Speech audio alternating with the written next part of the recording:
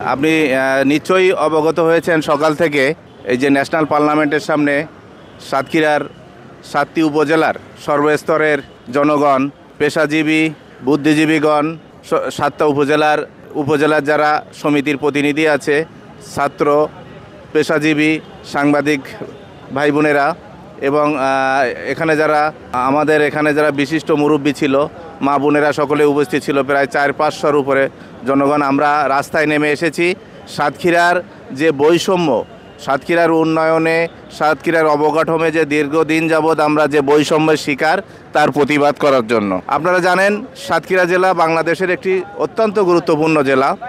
এটা একেবারে স্বাধীনতার পরের থেকে এইটা দীর্ঘদিন যাবৎ এই সাতক্ষীরার কিন্তু কোনো রকমের উন্নয়ন নেই। সাতক্ষীরার অবকাঠামো দিন দিন বেড়ে চলেছে। এখানে অবকাঠামোর কোনো উন্নয়নে সরকারের কোনো ভূমিকা আমরা পাই না। আপনারা জানেন মুক্তিযোদ্ধার সময় 71-এ যে 9 নম্বর সেক্টর ছিল, সব থেকে বাংলাদেশের সেক্টরগুলোর মধ্যে উল্লেখযোগ্য একটি সেক্টর। এই সেক্টরের কিন্তু সাব সেক্টর কমান্ডার আমাদের এলাকার, আমাদের দেভাটারি লোক। আমাদের এখানে কিন্তু আমাদের 7ম আচার্য, তার মধ্যে একটি আচার্য সুন্দরবন, সেটিও এই সাতক্ষীরাতে অবস্থিত। সাতক্ষীরাতে এই সুন্দরবন অবস্থানের কারণে এখানে প্রচুর পর্যটক প্রত্যেক বছর যাতায়াত করে, কিন্তু এখানে রাস্তার অবকাঠামো কখনোই দূর হচ্ছে না। এটা এখন যে রাস্তার অবস্থা, আমার মনে হয় বাংলাদেশের 64টি জেলার ভিতরে সাতক্ষীরার যে প্রধান সড়ক সুন্দরবন থেকে একেবারে নাভারণ, সুন্দরবন থেকে একেবারে খুলনা, এই রাস্তার অবস্থা এতই নাজুক যে এখানে বৃষ্টি হলে সাইকেলও চলতে পারে না।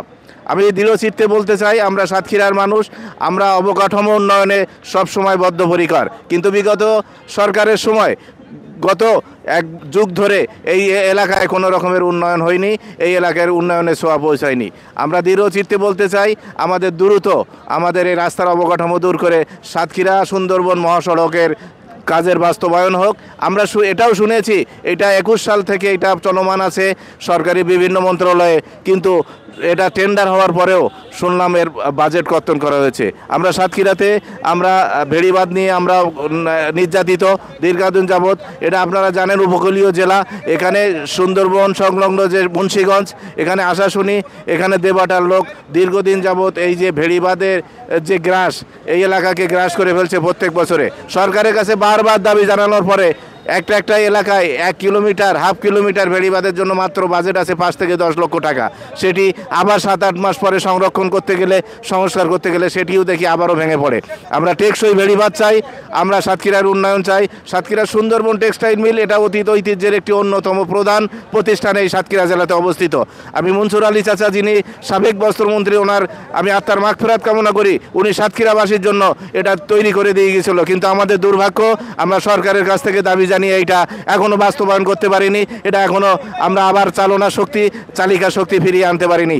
আমরা জানি এই সুন্দরবন টেক্সটাইল যদি আবারও শুরু করতে পারি, 1,500 থেকে 2,000 থেকে 3,000 পর্যন্ত লোকের কর্মসংস্থান এখানে হবে।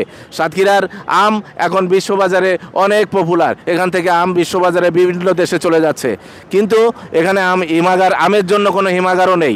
আমরা সর্বসাকুল্যে বলতে চাই, আমরা সাতক্ষীরাবাসী ঐক্যবদ্ধ, আমরা সাতক্ষীরা আর পিছিয়ে থাকতে চাই না। দেশের অন্যান্য জেলার মতো সাতক্ষীরাতে উন্নয়ন চাই। এই বলে আমি আমার সংক্ষিপ্ত বক্তব্য শেষ করছি। আল্লাহ হাফেজ।